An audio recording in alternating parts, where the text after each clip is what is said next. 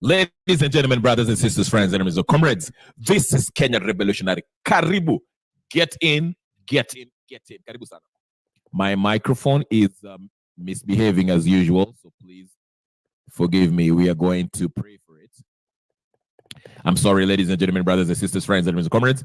I'm just coming in for the second session because I want to finish early so I can do some other stuff. You know, I love politics, but there's some other stuff that I have to do.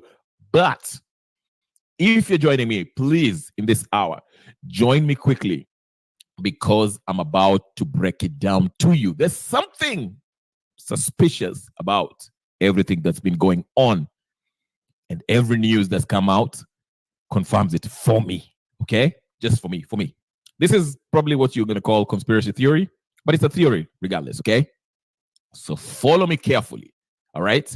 Anyways, before we get started, ladies and gentlemen, brothers and sisters, friends, enemies, and comrades, ingieni hapa, and the first order of business, as you know, is to like this video. Like it. Like it. If you're just getting it, like it.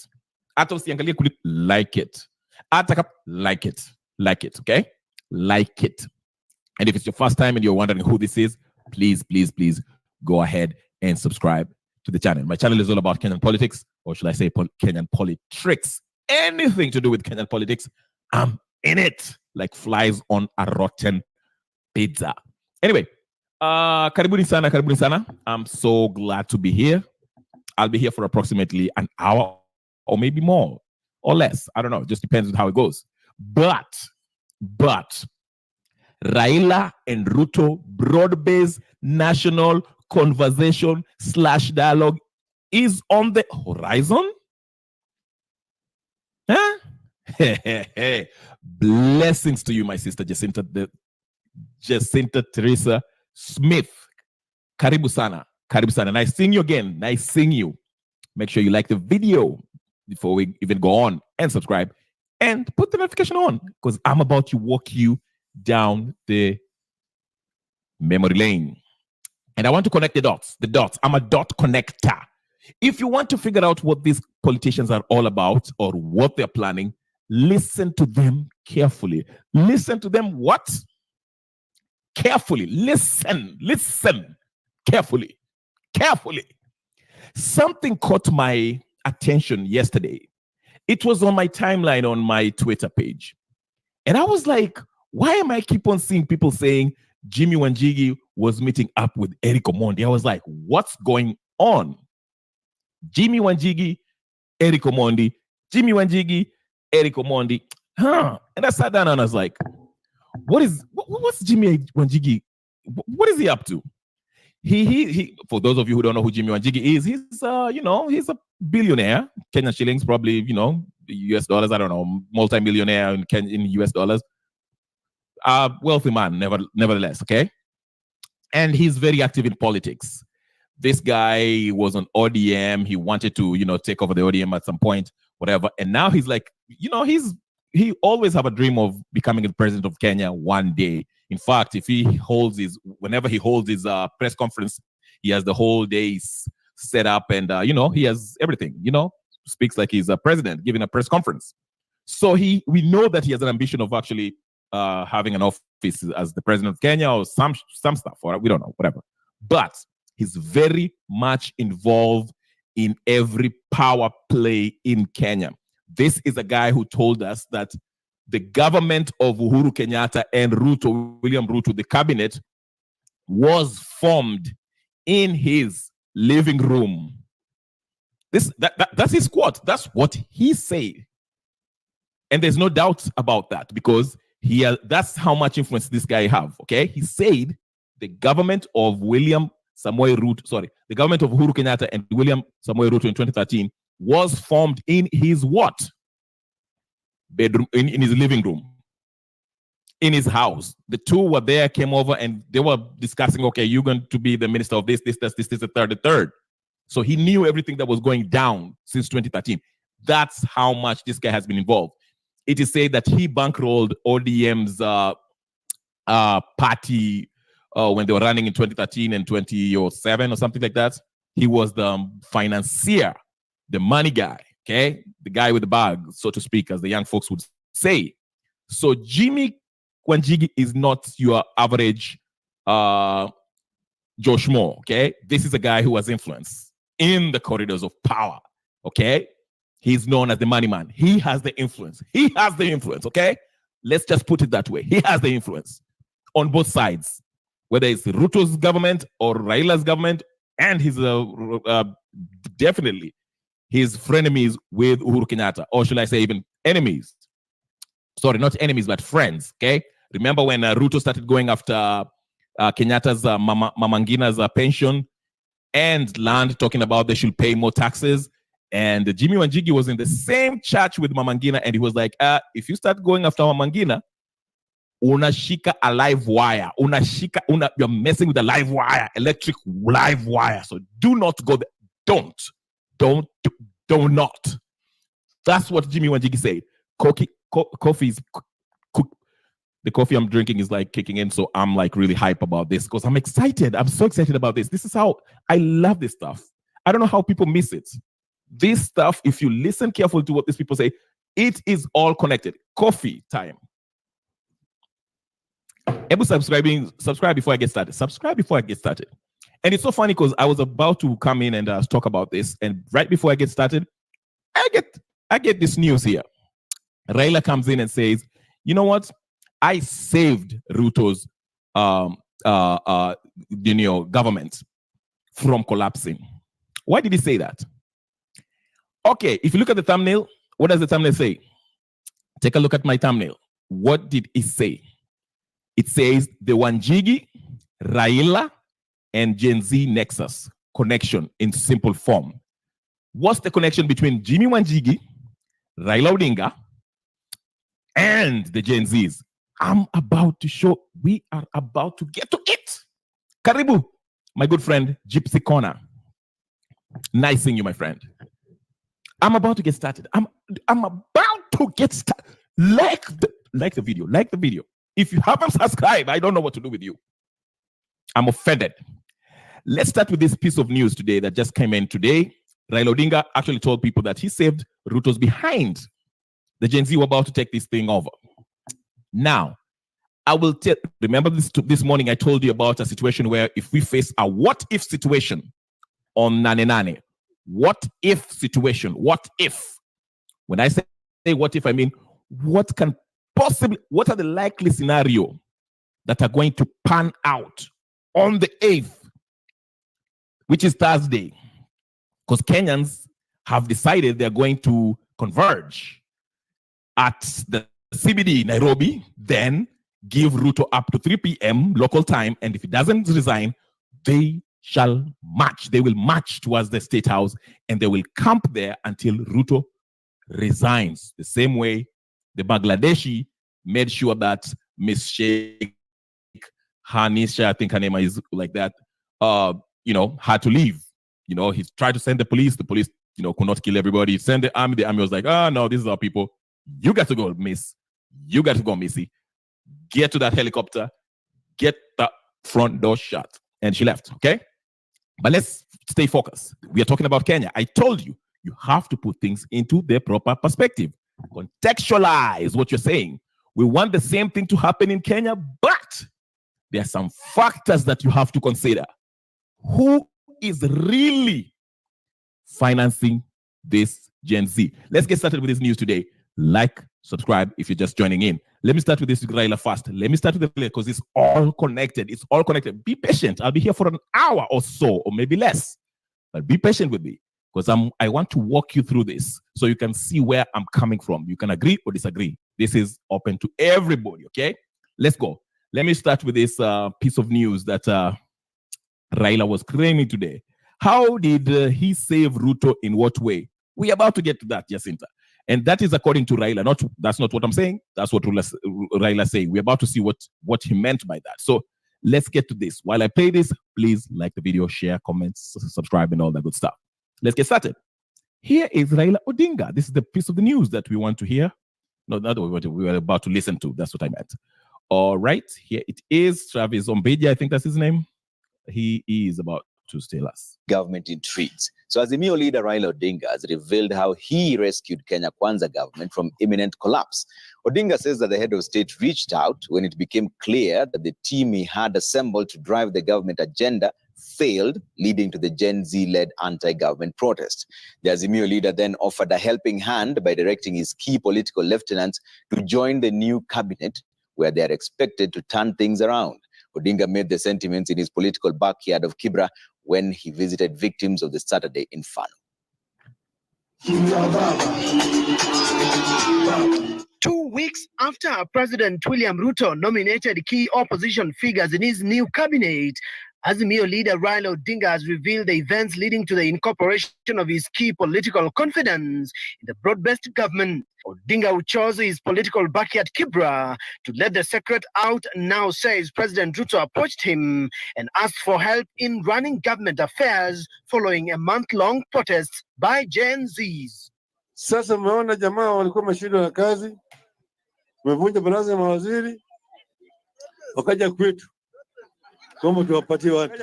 Akasema wanapiga magoti chini, tafadhali mpatie sisi watu wenu ni wanajua.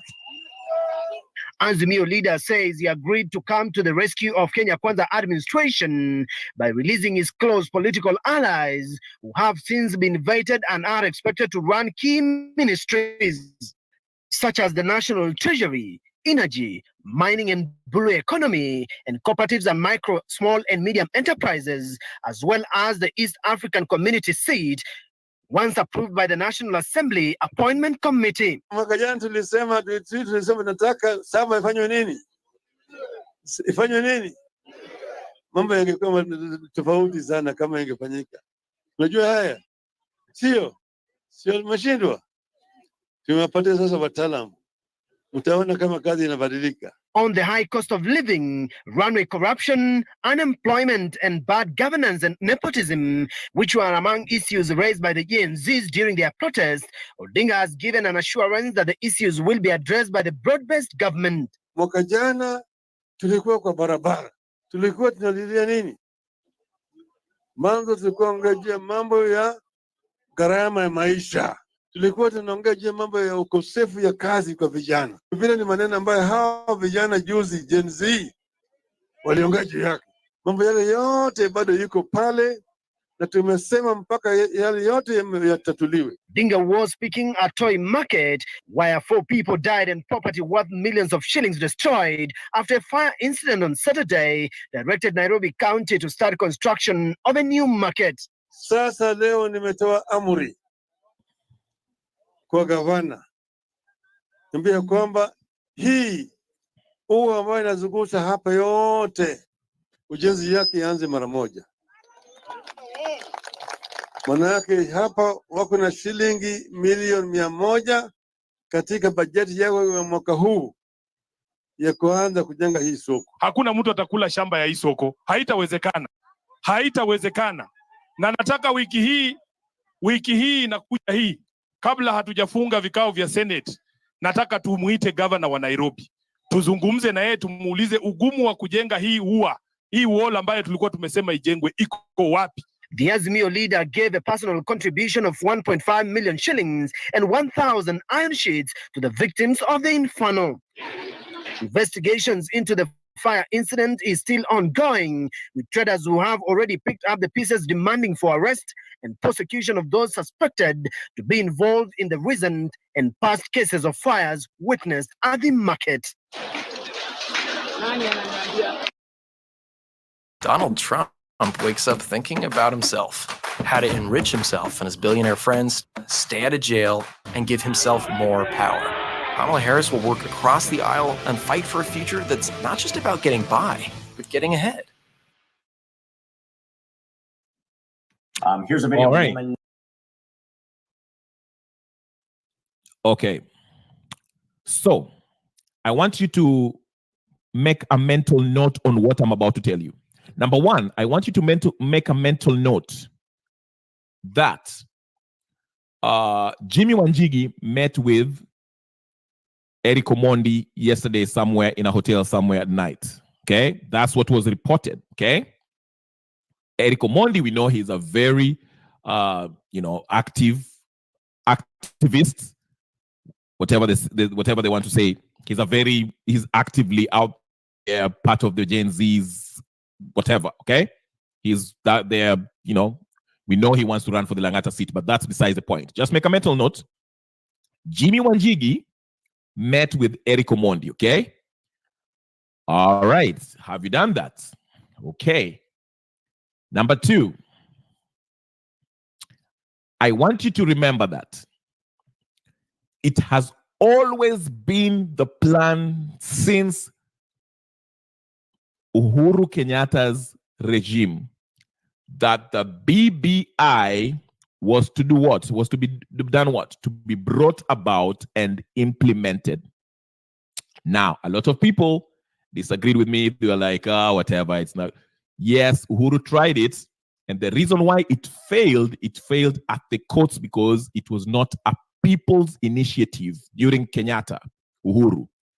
The court said it was not a people's initiative because it required the constitution to be changed. And every time you try to mess with the constitution, that means we have to have a referendum. Are we together? So when Uhuru Kenyatta tried to bring it forth, some people ran to the courts and said, no, we cannot go on with this because this is coming from the executive. It is the president who is starting this thing and wants to force the people to go to a referendum in order to vote for this either new constitution or not, okay? And that's why the reggae was stopped, okay? Then we had all the shenanigans and Ruto became the president.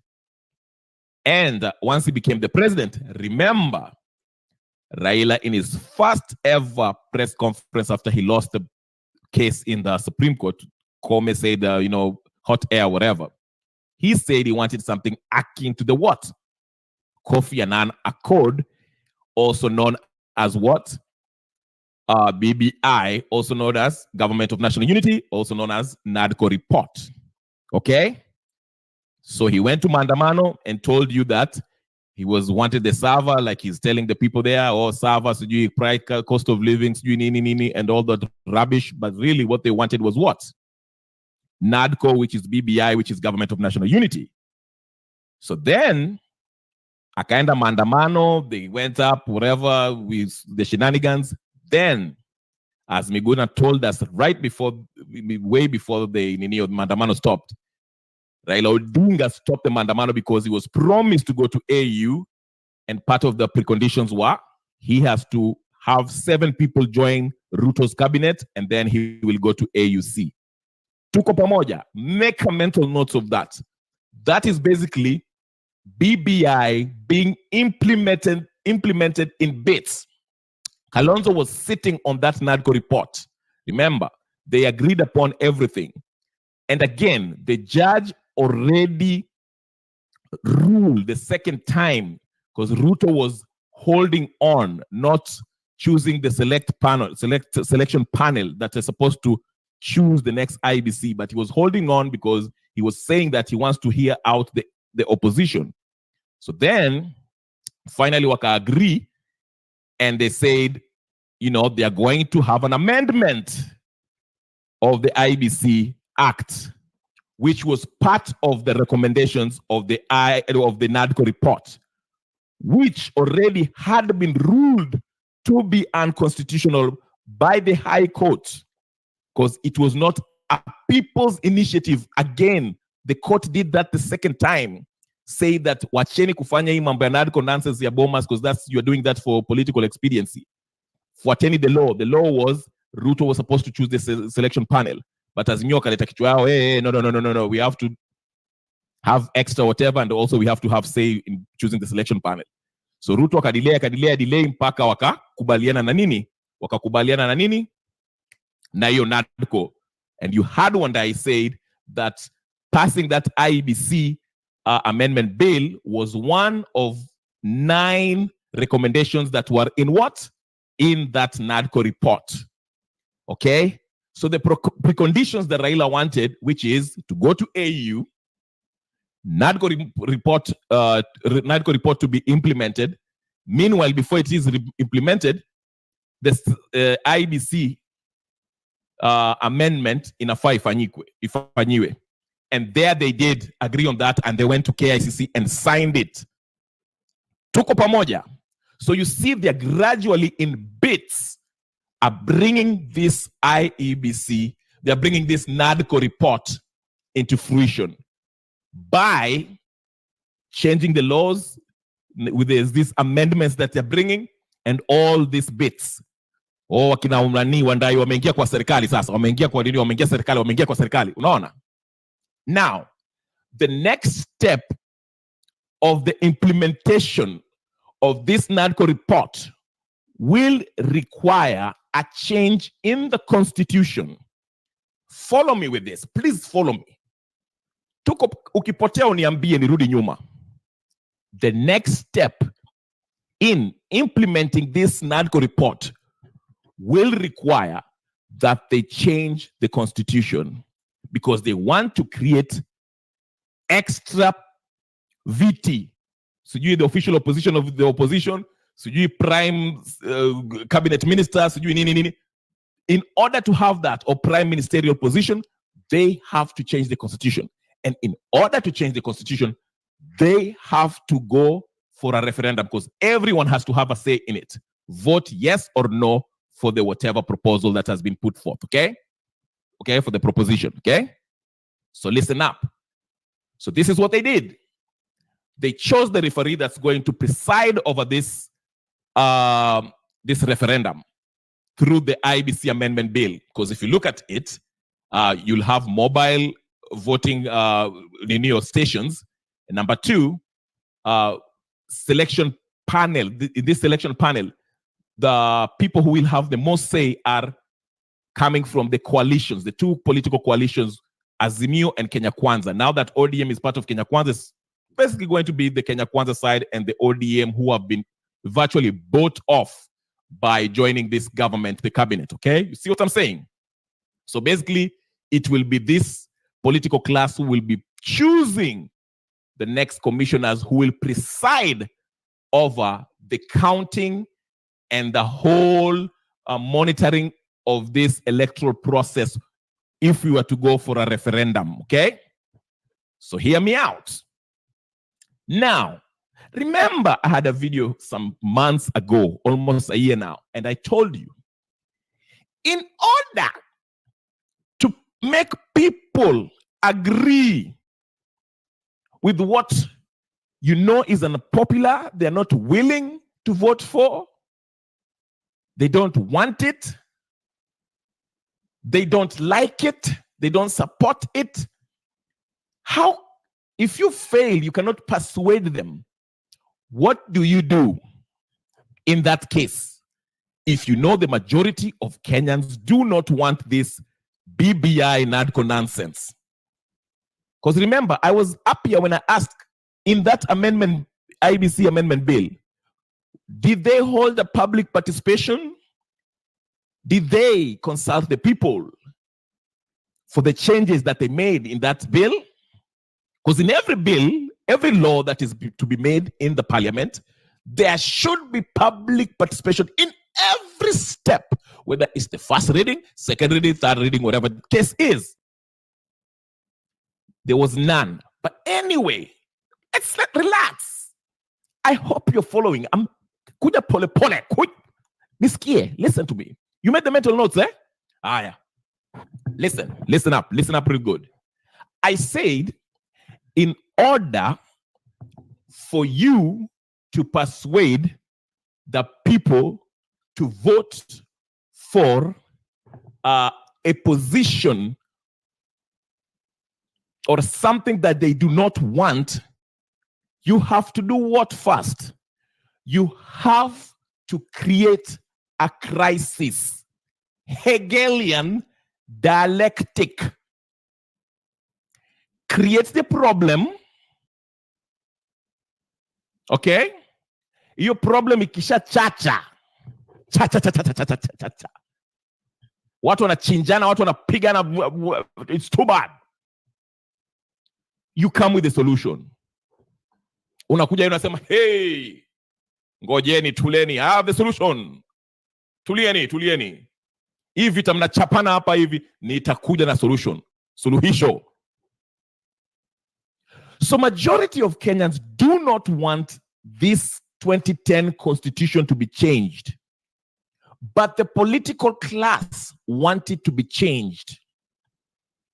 That's why if you listen to Wandai, if you listen to Raila Odinga, the last speech that he made in that funeral, and even before that, he kept on mentioning what? Broad-based national conversation. He avoided the word dialogue because those kids that in that quarry told him no dialogue. So they are used broad-based national conversation. They want to meet at Bomas. Everyone come to Bomas. Remember, every time there's a talk of changing the constitution, they always organize a choreographed baraza, where the people who tend to be for the change or not for the change show up and give their speeches, and what wanashangilia. Then after that, they go to referendum. That's why you had Raila, they keep on saying we should have a broad-based national conversation where everybody is invited. Remember that? And Ruto is saying the same thing. Oh, okay. What I'll do, our Gen Z, nitafungua baraza, we shall have at Bomas, watu wajitokeze, anybody, hao vijana wakuje tuongee. Azimio will be there, nyinyi watu mtakuja, lawyers mkitaka kuja, tutakuwa na hii baraza tuongee hapa. Kujeni. That is always a step before the preparation of nini? Vote yes or no in a referendum. Are we together up to there? Ama nimewapoteza? Mnaona? Mnasikia? Inakuja pole. Now, you might be sitting there and asking, where does Gen Z fall in this? How do they play? What part are they playing in this whole grand plan, grand conspiracy by this political class? Where do they fit in? What role are they playing? Listen carefully. I will take you back. After Ruto and Raila walikubaliana kusikizana aende AU and all that stuff, let me take you back. This was 5 months ago. Raila was to meet one person, somebody interesting he had lunch with that day, and they made sure that the Ninio knew, the news people knew. Listen to this closely if you remember this part. The businessman Jimmy Wanjigi has today held a closed-door meeting with the Azimio la Umoja One Kenya leader Raila Odinga in what he said was to discuss matters of national importance. The meeting, which comes 2 years since the former bosom buddies had a bitter fallout in the run-up to the 2022 general election, is a sign the two could be forming a working political relationship akin to the 2013 general polls, where the billionaire was termed as the financier of Odinga's campaign. KTN's political affairs reporter Ruto interrogates the latest development. What is the problem? They say in politics there are no permanent friends or permanent enemies, just permanent interests. 2 years since he was wrapped up and unceremoniously bundled out of the ODM National Delegates Convention held at the Kasarani Gymnasium, former presidential aspirant in the 2022 general polls, Jimmy Wanjigi, held a closed-door meeting with the Azimio la Umoja One Kenya leader after a period of not seeing eye to eye. Although the two leaders did not address the media after the meeting that lasted close to 2 hours in a popular Nairobi hotel, highly placed sources intimate that the two leaders discussed ways to join forces to work towards countering President William Ruto's economic decisions. Details also indicate the two discussed ways and strategies to address the high cost of living and the new taxes being introduced by the president, among others. The recent statements from the Azimio leader and the political power broker may not have come as a surprise, as the two have been speaking in tandem with each other in the recent past. Tunasema mwaka mpya, hii sheria ya kodi mpaka itolewe, ile finance bill mpaka itolewe. Asipotoa hiyo finance bill, tutarudi kwenye uwanja. I support him 101%. Street action, maandamano are embedded in our constitution. This pain must be expressed, and let it be expressed on the streets. Let it be expressed wherever, in our homes, in our churches. We must express it. Wanjigi and Odinga had a bitter fallout before the 2022 general election after Odinga teamed up with the retired President Uhuru Kenyatta. Wanjigi blamed Odinga, calling him a sellout for working with Kenyatta, whom they had also had frosty relations. The two are expected to ramp up the political activities in the coming days as they seek to keep the Kenya Kwanza administration in check. Lakini sisi wenyewe tulisema gharama maisha ilikuwa ni juu, tukaambia serikali wasiongeze ushuru, wakazidi kuongeza ushuru, na hiyo ndio imeleta hasara kubwa kwa Wakenya. Kenya Kwanza is going to take us and is taking us to a route of bankruptcy. That pain will be felt in 2024. Still, it will be a wait and see as to whether the business mogul will extend an olive branch to the former President Uhuru Kenyatta, who is the chairman of the Azimio Council. Emmanuel Toh, KT. It's called no tax on tips. No taxes on tips. It's something that hits home for so many right here in the Valley. Effectively, Donald Trump has given them a raise. His no tax on tips policy is going to help my family. No tax on tips.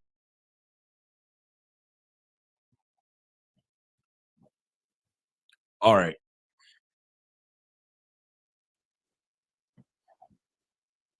There's one thing we can establish now. One thing we can establish now. Jimmy Wanjigi has always been the money behind a lot of these political movements. There you had it. He was the the financier rather, of the ODM brigade when they were doing their own thing, Mandamano and all that stuff, okay? Now, let's move over. Remember, I asked you to keep a mental note of that rumor that was said Eric Omondi and Jimmy Wanjigi met at night somewhere. What were they discussing? I told you, if you look at Eric Omondi, he's one of those people who are known to, he can organize people for a mandamano or something like that. He's an activist. He's always up there in the streets, knows how to let out, okay? So what I'm trying to say is this. It is also alleged that Jimmy Wanjigi has been behind the financing of this Gen Zs. He has been allegedly being the financier of this Gen Z movement. Now, what could be his motivation in this? Because remember, he's the same guy who told Ruto, we are giving you 3 months up to April to address the debt issue. If not, utaona, we shall go to Mandamano and we shall remove you, basically. Okay? This is what he was saying. Okay? Not only that, hold on, let me show you something. There's some tweets coming out. Let me show you something. I want to show you something. That's why I'm not discouraging Gen Zs. Do not be discouraged about 899 bado tuko tunaenda, okay? Don't get it twisted. We are going. No, tuko. Okay. Nelson Amenya. Let me just show you his tweet here. Let me show you. I want you to follow very carefully what these people say and what happens. Connect the dots. Now, here it is, Nelson Omenya. He posted this. Let me, if I can enlarge this thing. I can't. Okay, but can you see the screen, people, ladies and gentlemen, brothers and sisters, friends and comrades? I'll read it for you for those of you who cannot see it. Maybe it's too small for you to read, but I will read it for you loudly. He basically retweeted a tweet by MJ, which say, kuna siku I ask a question hapo kwa Hanifa, nikapikwa na Somalis ka nonsense. Alidhani watapika Amerix pia. Anyway, then here he says, the retweeted tweets that he retweeted was by MJ saying, Amerix, then question marks. Like Amerix huyu moja, then he laughs. Ukiona jokes wewe. Then he's actually retweeting a tweet from Hanifa which says, I'm actually starting to believe this. I'm sorry, please don't cook me, but Amerix, Nyakundi, Gaito, Aoko, and Oduk are being financed by Jimmy Wanjigi. Have you ever seen them on? Then it goes on, whatever. Okay, so basically say Amerix, Nyakundi, Gaito, Oduk, these are people that are being financed by Jimmy Wanjigi. The point I'm trying to make is that like there is circumstantial evidence. Let me just put it that way. It's not direct. Circumstantial evidence. And it's also being alleged that Jimmy Wanjigi is one of the financiers of this Mandamano. Okay? So listen up. Listen up. On the 8th, the Gen Zs are going to the streets, right? This is the what if I wanted to mention. The what if. I'm not saying this is what's going to happen, because nobody really knows what will happen. But there's a possibility. So this is where I come in. This is conjecture on my part. And I can be wrong, I can be right.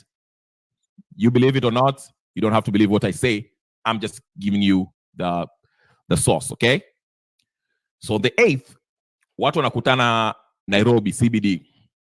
Tuende hapo, there's thousand upon thousand and thousand and thousand youth in every age group, from baby boomers, Gen Zs, millennials, Gen X, whatever.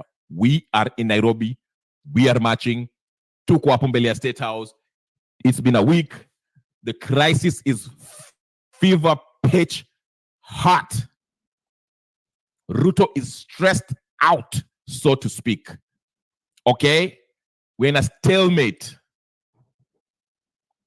The Gen Z's protesters are not giving up, and Ruto is not giving up. He's not at the State House, but the people have camped at the State House. We have an impasse. It's an impasse. There's no political situation, solution, suluhisho.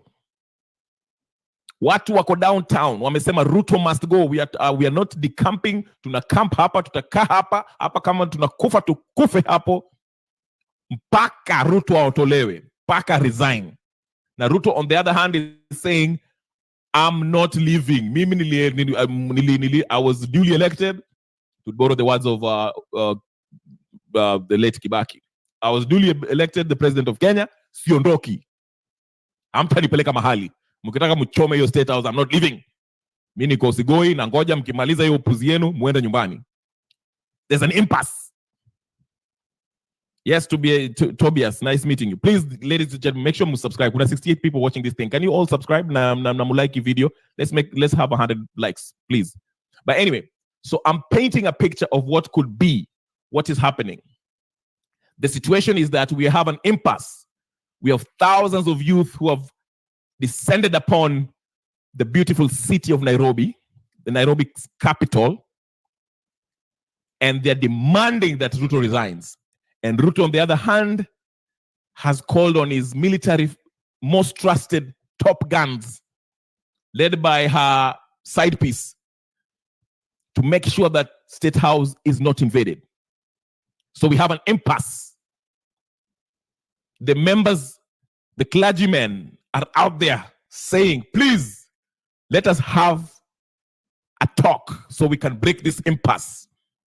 Guess what's going to be introduced at that moment? Guess what is going to be introduced whenever we have an impasse like that? What is going to be brought about that is usually common every time there's a serious mandamano in Kenya? What do they usually call for? Somebody please answer me if you're in the chat. Please answer me. Whenever there is an impasse, whenever there's a mandamano, whenever people are peed off, wamekasirika, wako maandamano, wanasema Ruto mpaka a resign. What usually happens then? Mtu anijibu. If you know the answer, please tell me what usually happens. Every time there's a maandamano, watu wamekasirika, wamesema Zakayo mpaka shuke. What usually happens? I'll tell you what will happen. It will be like Bangladesh. That could be. That's a good answer. It's going to be like Bangladesh, who has just resigned. And let me tell you, that's why I said we have to contextualize. We have to put things into the Kenyan context. Bangladesh happens. That's why I said I can't speak much about what happened in Bangladesh because I don't know how the political power play is. But what I can tell you about Kenya is that it's a little bit complicated compared to what happened in Bangladesh. And if it was up to me, I hope we do what the Bangladeshis did. I hope we do that. Please. Ebu 80 people hapo, ebu like me hapo na musubscribe. Nyote musubscribe kama naendelea. I'll break it down because you might not suspect this, but let me help you out. Let me help you out. Good answer, Tobias, JTs. Okay? But here is what usually happens. Every time people are really tethered, angry, okay, apoplectic, they're out there, enraged by the political class, and they've taken action. They're out there protesting, camping, saying Ruto has to go or else. Guess the idea shall be brought in. An idea called a national broad-based conversation should be held to quell the situation between the Gen Zs and the ruling party. Yes, Gypsy, thank you.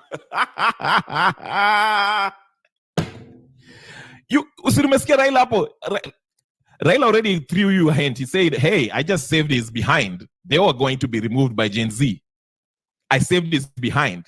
But actually, he went there and because Ruto agreed to meet up his preconditions, which was to put the list that he gave out to be part of the cabinet and him being supported to go to AU. So at that point, where Gen Zs, this is one scenario. I'm not saying this is what's going to happen. You hear what House of Heru is saying something? Okay. Yes. Yes, I can hear you. Dialogue accommodates official opposition. Yes. At that point, when siasa imefika fever pitch, watu wamekasirika, people are in front of the State House. They're ready to storm in. There shall be calls from the clergymen. There shall be calls from Meg Whitman. There shall be calls from the Islamic head of Dinio. There shall be calls from everywhere. And there shall be calls. Raila, Ruto, sijui nani, sijui. They'll say, okay. I am willing to have a national, broad-based conversation on how we can take care of what you're complaining about. And guess what? Because remember, these are the very people who are telling you that when Ruto is removed and lost legitimacy, they are telling you that there'll be anarchy. There shall be a vacuum. Munaskia, these are the very people who are telling me there shall be anarchy and there shall be a vacuum if Ruto was to leave. Ruto and Gachagua leaves the new presidency. They are telling you that there will be anarchy.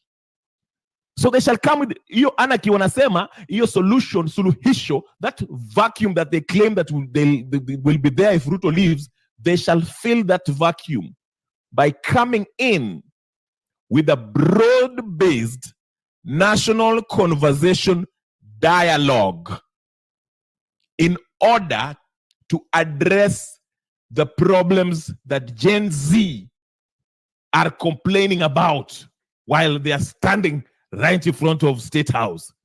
And they shall invite those who are camping up there to Tukutane Boma Sama Kasarani so you can address those issues.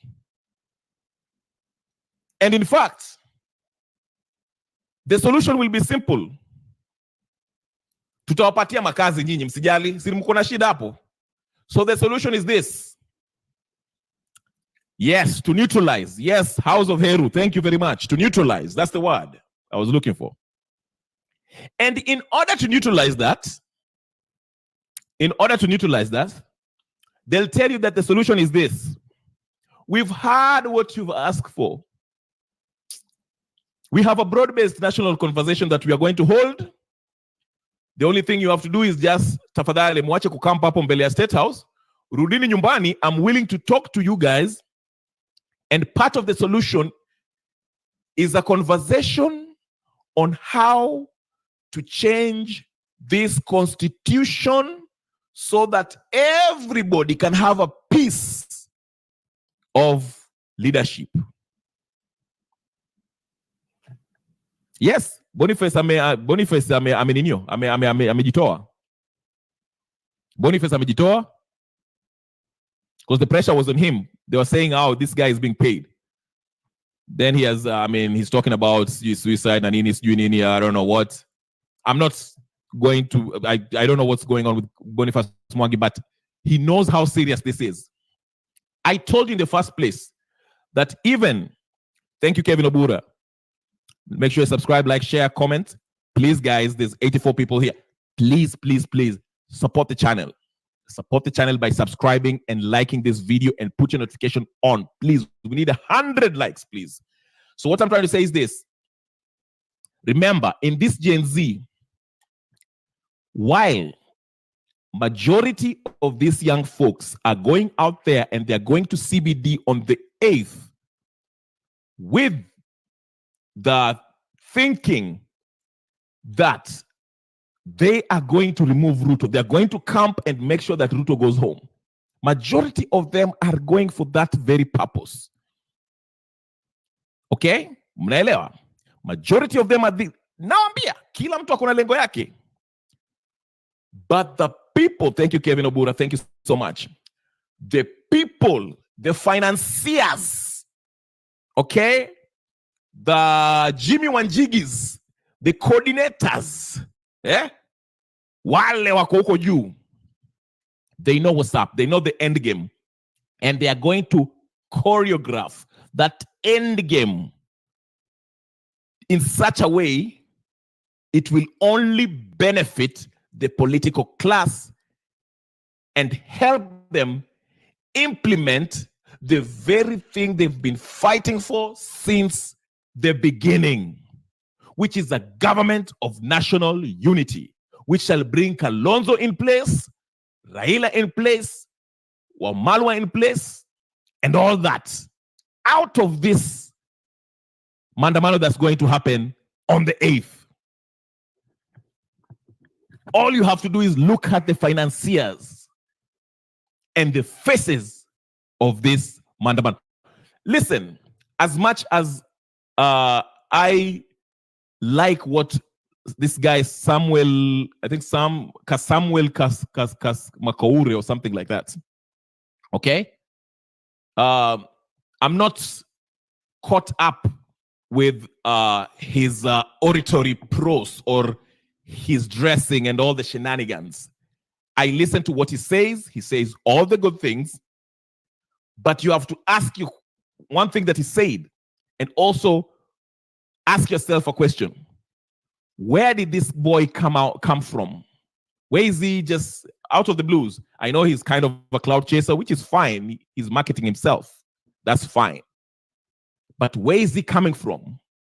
And the other day I had his interview. I think somebody was interviewed. He said, yes, my dream is to run for office, public office. Okay? Because he said it's easier to fight the system while you are in the system rather than being outside the system. That's what he said. And that's when I started having red flags. There's something about him. I don't know. He's saying all the right things, but there's something about it that I can't quite put my finger on. That's fishy about this Makoures Samuel, whatever his name is. There's something. I don't know. There's something. With time, we'll know. But what I'm saying is this: not to just call him, not to isolate him by himself, because there's a bigger problem here. I'm just saying, could it be? What if this whole movement, this whole maandamano, being led by Gen Z, they are being used as the crisis needed to push the country into accepting this whole idea of changing the constitution to accommodate this very political class in the name of inclusivity and national broad-based dialogue, conversation, or whatever the bullcrap you want to say. That's what I'm saying. It hit me when I heard that Jimmy Wanjigi was behind this. I've never trusted Jimmy Wanjigi. He says good stuff. He talks good talk. I'm telling you. But the fact that Jimmy Wanjigi has always rubbed shoulders with the oppressive regime, these same crass leaders that have been... Think about it, ladies and gentlemen. Think about it. Our Majama, if you look at this lot, think about it carefully. Raila, Ruto, Uhuru, Kalonzo, Wamalwa, and Gilu, and Martha Karua. Since 1992, these guys have been playing musical chairs in the political realm. Mara wako kwa serikali, mara wako opposition. Mara wako serikali, mara wako opposition. Mara wako serikali, mara wako opposition. National Government of National Unity. Oh, mnusumkate. Mara wako opposition, mara wako government. Mara wako opposition, same people. It never changes. But anytime temperature ikipanda kidogo, ikipanda wananchi wamekasirika kabisa. Wananchi wakikasirika, oh, they create a crisis. Hey, mandamano. Then after mandamano, you'll hear the clergymen, the corrupt clergymen, and the useless professors, the semi-illiterates, talk about, oh, we need to have a dialogue. Dialogue. Wachini tukae chini. Because that is what will happen. I don't know. Let me say what will happen. I don't know. I don't have the clairvoyance of what will happen. But I will guarantee you there are people who will call for that. At that point, when our vijana Gen Z wameenda downtown and people are being shot, watu wanakuwa kidnapped, na wamekasirika na bado wana protest, you'll hear a bunch of people call for a dialogue. And they will be pushing hard for this Raila Ruto broad-based national conversation. And part of the solution will be to change the constitution, because their aim is to change the constitution by 2025. Next year, they want a new constitution. That's what they've been fighting for ever since. Remember, this whole BBI thing is illegal. The court has pronounced itself several times, whether it was during the Uhuru regime and this regime. Less than 4 months ago, the High Court said, wacheni mambo ya BBI. BBI is just your story. It is not anchored in law. But they kept on. The way that these people always keep the law and disrespect the law and not follow the law and not abide by the constitution, they usually use their political muscle when I create maandamano. Raila knew very well that the president was supposed to pick up the selection panel, who in turn select the commissioners. But he didn't want to use that way, so he had to muscle his way by doing what? Creating a crisis through Mandamano and people dying, so that they come and have this, because it has always been the same faces. They want to maintain the same faces. Mara wako opposition, mara wako government. Mara wako opposition, mara wako government. Kwa government, opposition, opposition, government. They are always the same people. Na saa ile wanataka kupitisha kitu ambayo wamejua Wakenya hawataki. They want to change the constitution. Wana create crisis, alafu wanaleta constitution, a law that will help them and their children to continue ruling over us.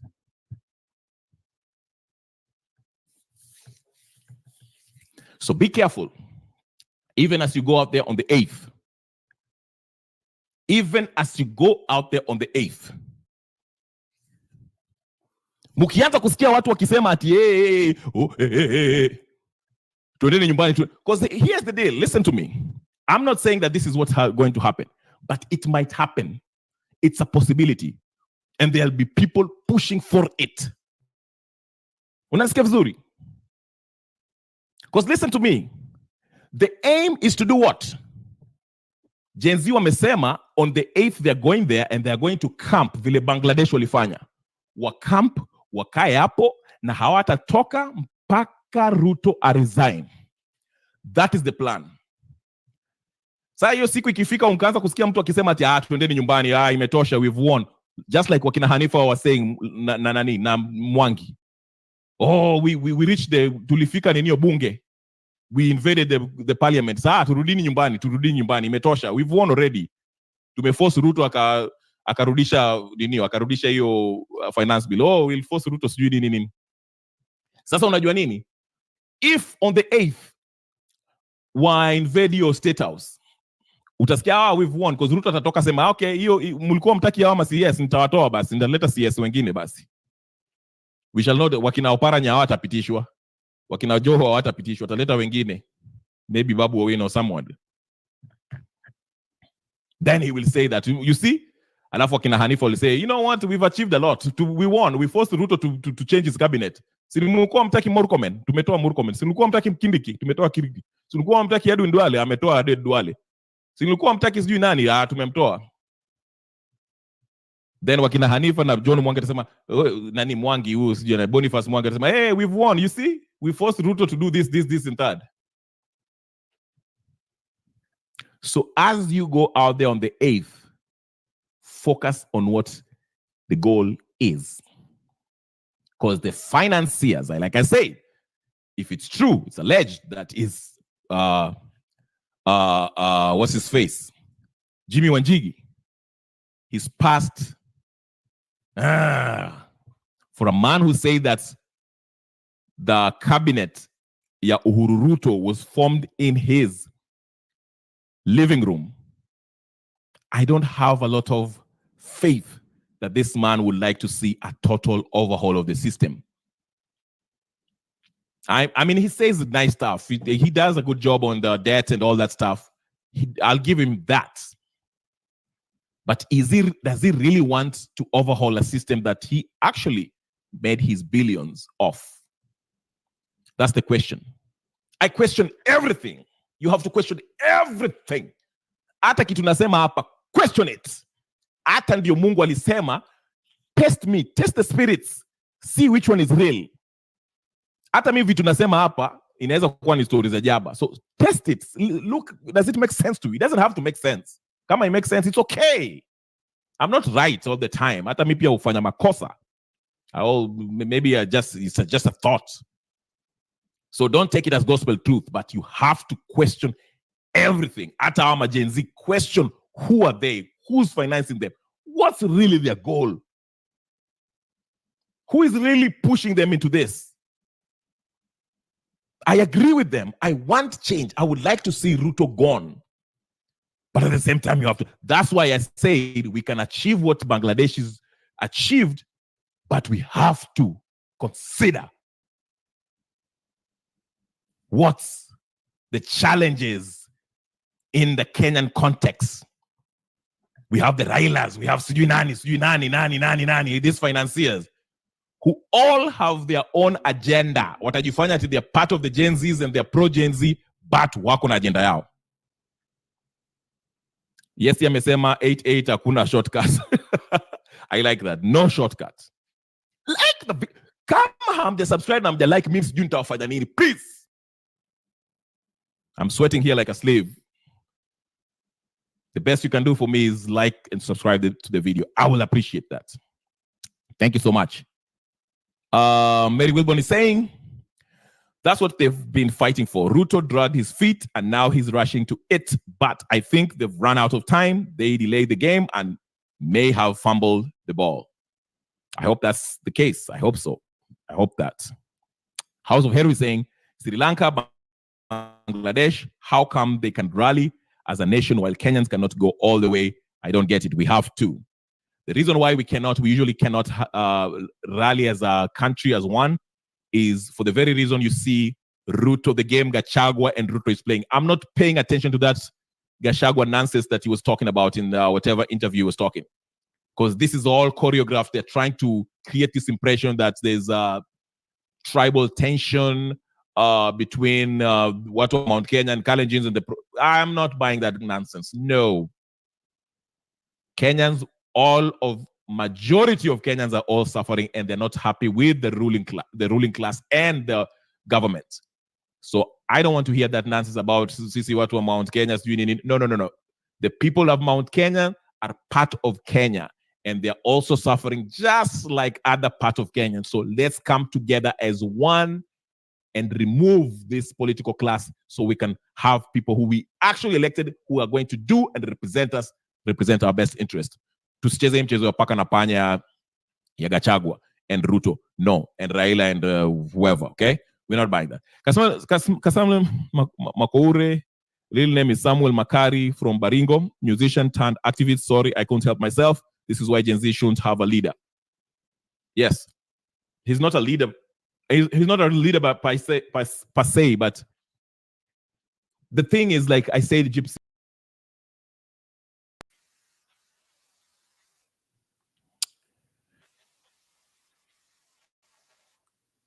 Yeah.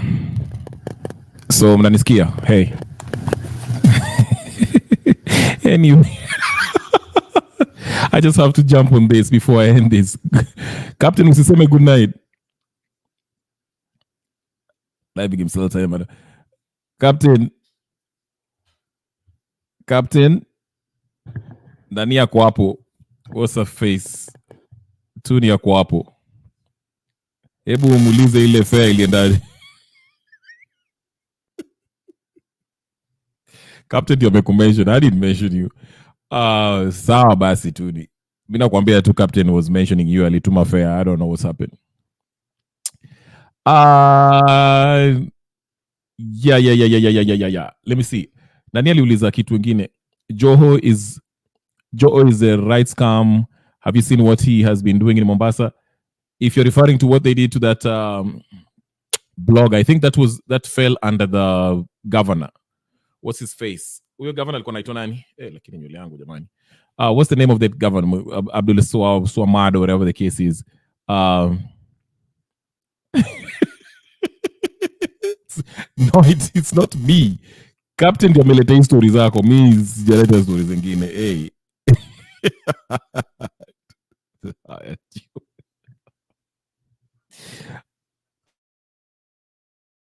Ay. Drama.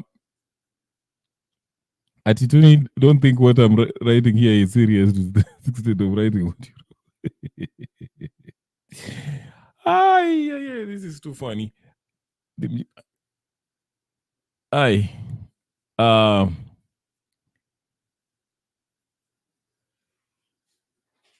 Anyway, thank you guys for watching. Niko na ka ninio meeting on Meet in like 10 minutes, so mpaka niende nichanue nywele na kadhalika during your meeting, but otherwise I would have brought you here. Nyagaka, shout out to you.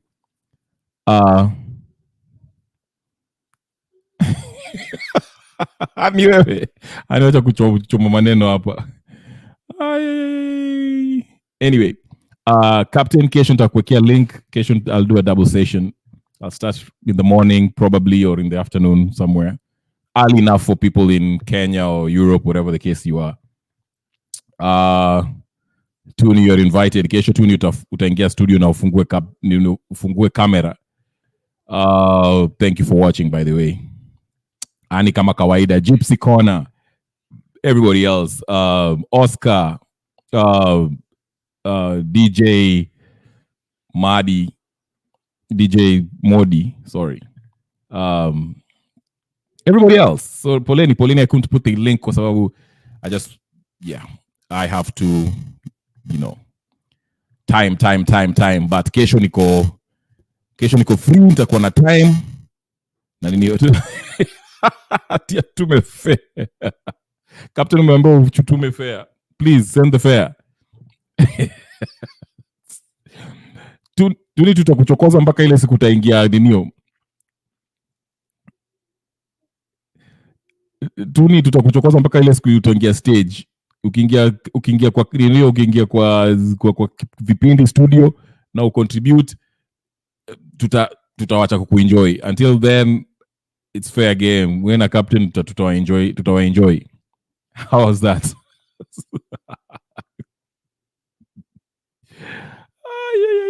Yeah. But anyway, guys, share, subscribe, like, comment. Yeah.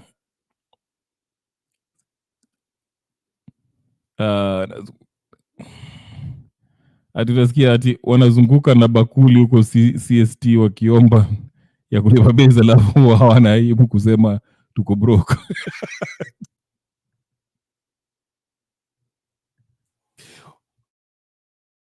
Sasa we umeleta stories za huko nini?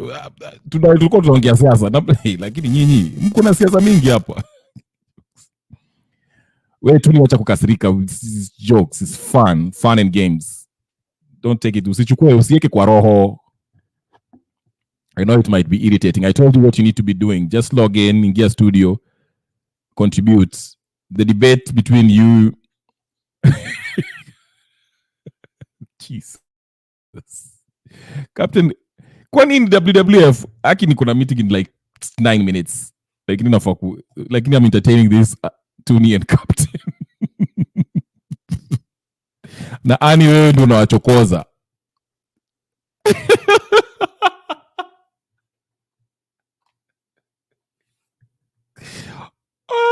WWE. Leo Tuni amekasirika,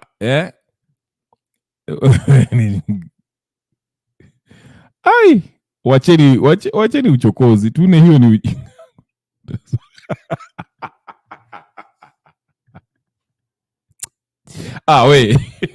I'm not dealing with this. Kesho ni Friday, muingie hapa ndio itakuwa mnyereka, as they say, WWE wrestling.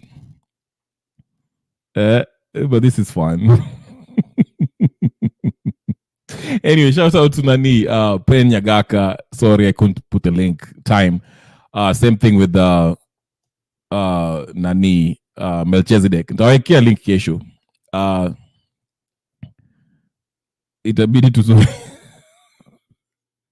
Itabidi tuzoe. Ai. Yeah. Sawa. Anyway, guys.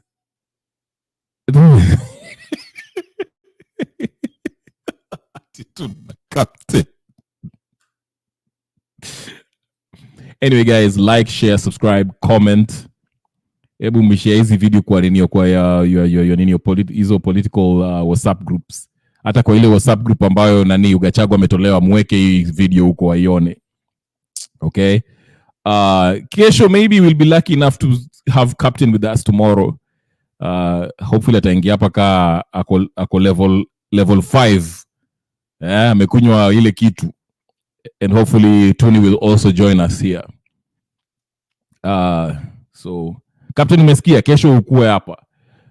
Tony pia, please, tutaanza mapema kesho. Bora siombi rent ya bill, I can still manage my responsibility hata kukunywa ni daily na kuna kitu utafanya. Okay, hiyo ni shauri yenu. Nyinyi mtaendelea, endeni CCT mkaendelea hizo vita zenu. But anyway, kama nataka kuendelea hizo vita, kesho nitawafungulia ninio. Kesho it will be anything goes. Anything goes. Tutaendelea kesho. Thank you so much, Annie. Thank you so much, Gypsy. Thank you so much, Tuni. Thank you so much for joining me. Captain, thank you. Kama kawaida tukutane kesho, siasa kali, okay? Anyways, sawa basi.